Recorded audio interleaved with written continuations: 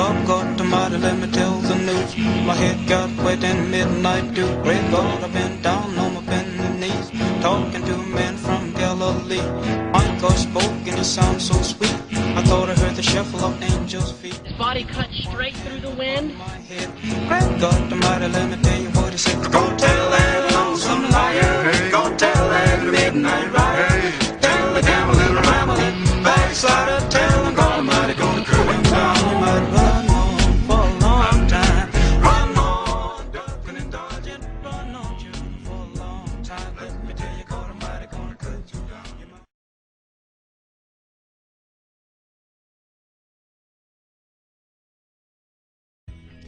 The instinctive movement is to chop or pull with your arm as you turn for a breath. The result? Poor balance, loss of a streamlined body line, and a wasted underwater pull. Elite swimmers do just the opposite. They lengthen as they roll to air, extending their body line from their lats to their fingertips. Check out the remarkable reach of world record holder Grant Hackett as he goes for a breath. This improves his balance, creates a low-resistance body line, and provides easy access to air. Triathlon champion Ramiro Osorio also extends to air. This maximizes his distance per stroke, a key characteristic of all great swimmers, and it ensures that he's one of the first athletes out of the water every time.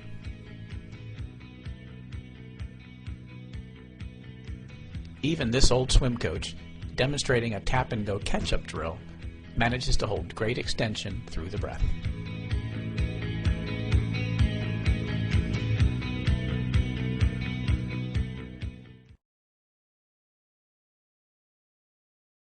Swimming, freestyle.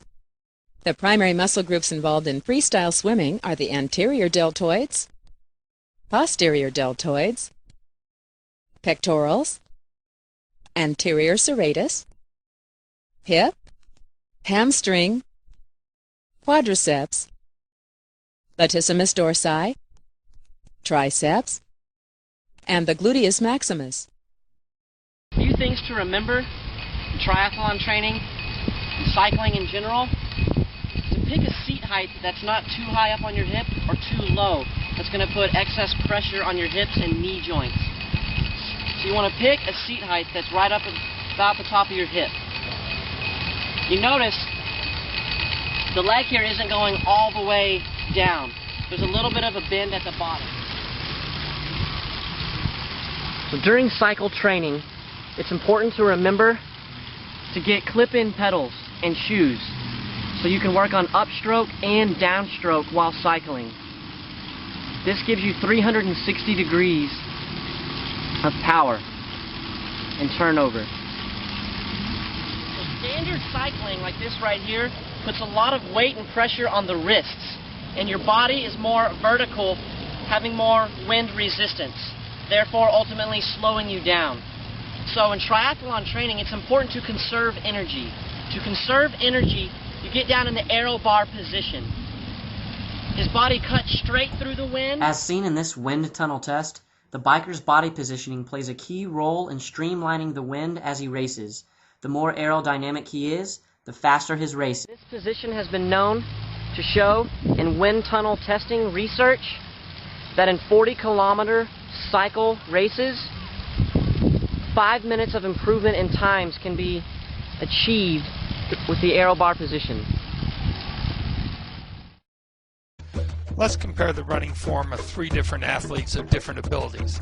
The fastest one on the left is an Olympic medalist, the next fastest on the right is a professional duathlete, and the one in the middle I'd like to call an average athlete. For illustration purposes, I've slowed each runner down so that one stride takes the same amount of time. Notice how you can predict the speed of the runner by comparing their form. The fastest runner spends the smallest percentage of time on the ground. The faster one goes, the higher one will kick one's foot up towards the butt.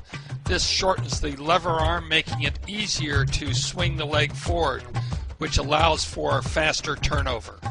And stride length is increased by lifting the knee up and forward and not by extending the lower leg. And lastly, foot plant should be just in front of the center of gravity. Basically, in sprinting and in running, you're talking about a rotational cycling of your sprint mechanics, where the foot actually comes up and around over the calf or over the knee, strikes down right underneath the center of gravity, or approximately a few inches in front of that. The better athletes, or the quicker athletes, tend to be able to produce a lot more force into the ground with the shortest amount of ground time. So actually your efforts are not necessarily to just push